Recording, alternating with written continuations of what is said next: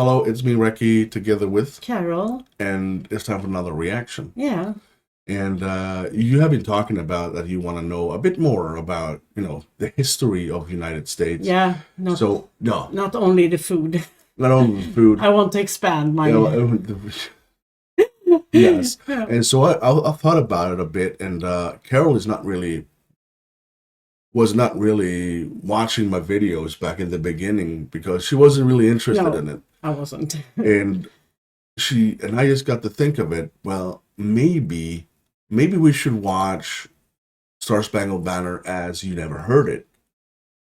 Star Spangled Banner, is that the national anthem? Yeah, it is. The song. Yeah. Yeah. Okay. Yeah, it's the national anthem, and this story is basically based on that. So I'm not going to tell you because they're going to tell you in the video, which is going to be pretty useless if I tell you the story and we watch the story. I mean, I'm not going to do that. If you can hear the fan, it's super hot in the kitchen. If you can hear the fan, that's it. Yeah. You can't live without it. And I have to say, I am bad at history and stuff like that. So if I'm asked stupid questions, that's why, and I'm sorry about that too. I don't think there's any stupid questions. No. It's all about, we're going to go back in history. We're going to learn stuff about the United States that you never knew about it, which I think is just amazing. And I say this, it's easy to get occupied with America because they have so much to offer. It's a very young country. Yeah, never forget that it's a very young country if you compare it to Sweden and other nations equal to Sweden. But it's a country that has a rich history, both good and bad, like many countries do. But this is a story about the Star Spangled Banner. I think we should keep to that. Yeah, exactly. And I have to say that I am now, when we have watched a couple of videos, I am jealous at the Americans' patriotism. Yeah. Can you say that? Yeah. The love of a nation. Yeah. I did love my country when I was younger, but I lost it somehow. I love Sweden, of course, but not in the way you do with your country. And I'm. The thing is that it's fascinating. They have. Being an American, it doesn't matter if you're from England, you can be from France, you can be from Sweden, you can be from Canada, you can be from wherever you are. But if you live in the United States, you automatically be American. Exactly. Because if I move to France, I will never be a French guy. I will be the Swede. Even though if I speak fluent French, I will be a Swede. Exactly. And if American lives here, they will never consider to be Swedish. No. They will always be an American living in Sweden. Exactly. But if I get my butthole and just move to America, I will automatically be American. Yeah, I think so too. That's really good. And that is blowing my mind. Yeah. So that's one nation, one culture. Many cultures, but it's one nation. Yeah, exactly. All right. Nation. Enough with the babbling. So, if you do enjoy the reactions that we do together, don't forget to show us by smacking the like and, of course, hitting that subscribe. That's something we would greatly appreciate. And if you already did this, thank you so much and God bless. A big thank you to everyone who support us on Patreon or on channel membership, Cat Fee. I mean, you guys are amazing. We got a Supreme tier donators. We have a personal shout out to the ultimate supporters: Deja, Walt, Dwayne, Dana, Troy, Robert, Matt, Barbara, and Kathy. Thank you. If you want to join the cool cats, you can click join or become a member. And there's cool links in the description of all our videos, if you consider it. Yeah. And the super thanks. Thank you for that. Yep. It's fun to see the comments too. And the comments, I mean, geez. Yeah. I love them. Yeah. So I think it's high time to get this started. Yeah, I'm curious. So here we go. And of course, we have made the video here a bit bigger so you guys can actually see. We got some complaints about that. We got some complaints. So we're trying our best. Yeah. I mean, we have a very amateurish setup here. So we apologize for that. Let's go. Okay.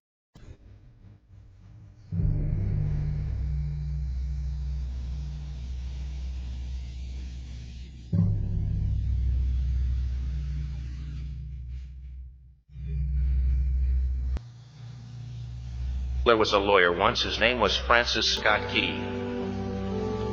He penned a song that I'm sure you're aware of. You've seen it. It's in most hymnals throughout our churches. It's called the national anthem. It is our song as an American. We go, however, to a ball game. We stand in our church services and we sing the words of that song, and they float over our minds and our lips, and we don't even realize what we're singing. Most of us have memorized it as a child, but we've never really thought about what it means. Let me tell you a story. Francis Scott Key was a lawyer in Baltimore. The colonies were engaged in vicious conflict with the mother country, Britain.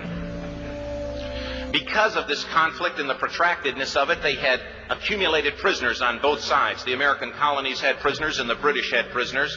And the American government initiated a move. They went to the British and they said, let us negotiate for the release of these prisoners. They said, we want to send a man out to discuss this with you. They were holding the American prisoners in boats about 1,000 yards offshore. And they said, we want to send a man by the name of Francis Scott Key. He will come out and negotiate to see if we can make a mutual exchange. On the appointed day, in a rowboat, he went out to this boat and he negotiated with the British officials. And they reached a conclusion that men could be exchanged on a one-for-one basis. Francis Scott Key, jubilant with the fact that he'd been successful, went down below in the boats, and what he found was a cargo hold full of humanity, men. And he said, men, I've got news for you tonight. You're free. He said, tonight I have negotiated successfully your return to the colonies. He said, you'll be taken out of this boat, out of this filth, out of your chains. As he went back up on board to arrange for their passage to the shore, the admiral came and he said, we have a slight problem. He said, we will still honor our commitment to release these men, but it'll be merely academic after tonight. It won't matter. And Francis Scott Key said, what do you mean? He said, well, Mr. Key, he said, tonight we have laid an ultimatum upon the colonies. Your people will either capitulate and lay down the colors of that flag that you think so much of, or you see that fort right over there, Fort McHenry? He said, we're going to remove it from the face of the earth. He said, how are you going to do that? He said, if you will, scan the horizon of the sea. And as he looked, he could see hundreds of little dots. And he said, that's the entire British war fleet. He said, all of the gunpowder, all of the armament is being called upon to demolish that fort. It will be here within striking distance in a matter of about 2.5 hours. He said, the war is over. These men would be free anyway. He said, you can't shell that fort. He said, that's a large fort. He said, it's full of women and children. He says, it's predominantly not a military fort. He said, don't worry about it. They said, we've left them a way out. And he said, what's that? He said, do you see that flag way up on the rampart?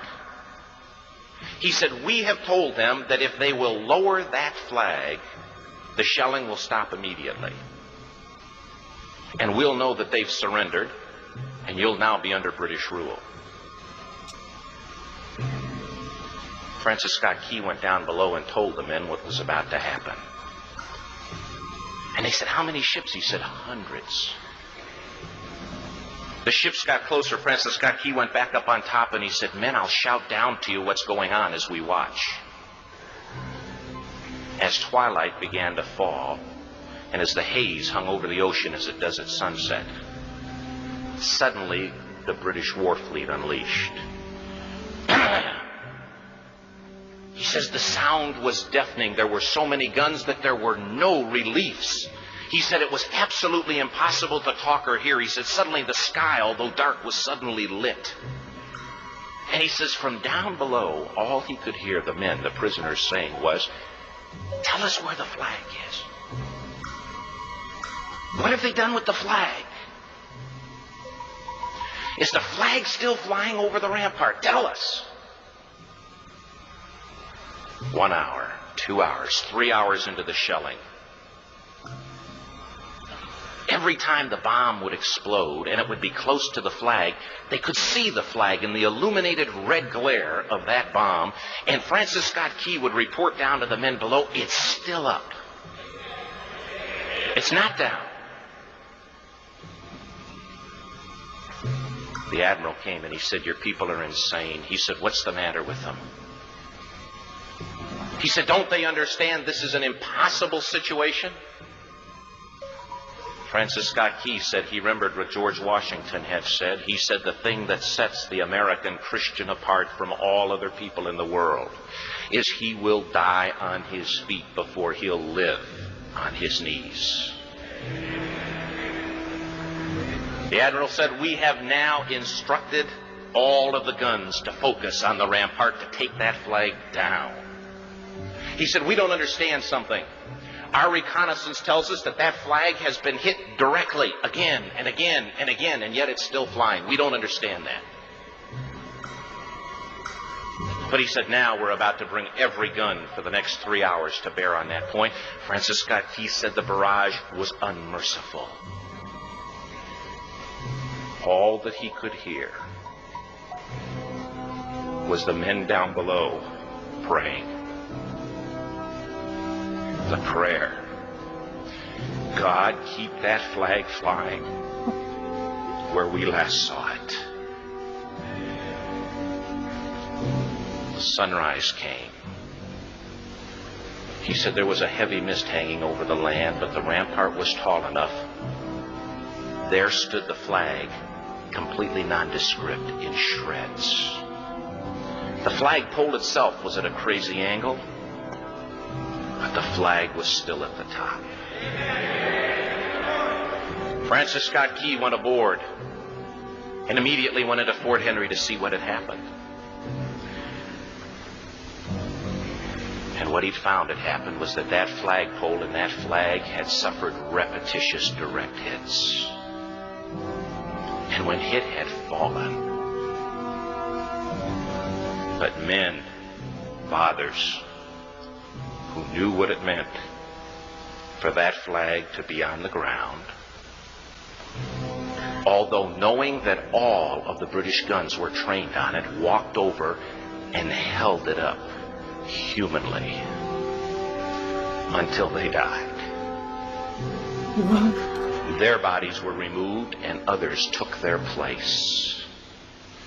Francis Scott Key said what held that flagpole in place at that unusual angle were patriots' bodies. Oh my God.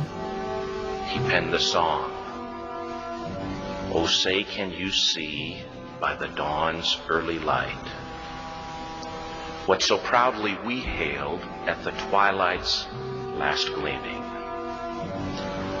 Or the rocket's red glare, the bombs bursting in air, gave proof through the night that the flag was still there. Oh my God. Ah! Oh, say, does that star-spangled banner yet fly and wave o'er the land of the free and the home of the brave?" Oh my God. The debt was demanded. The price, it was paid. Oh, say, can you see by the dawn's early light what so proudly we hailed at the twilight's last gleaming, whose broad stripes and bright stars through the perilous fight o'er the ramparts we watched were so gallantly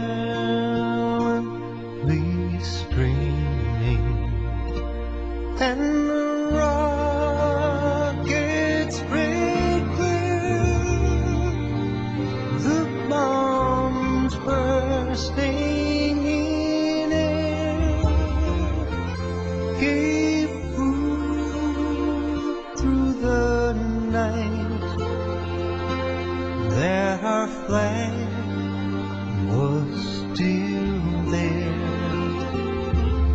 Oh, say, does Star-Spangled Banner yet wave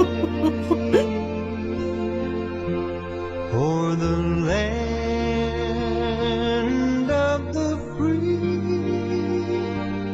and the home of the brave. Oh, say does that star-spangled banner yet wave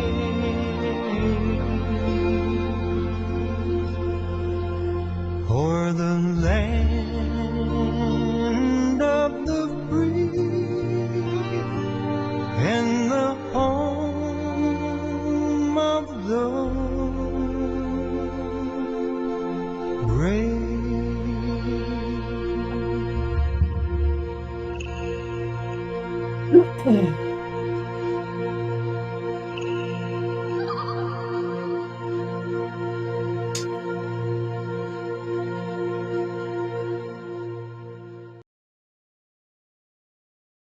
That is so powerful. I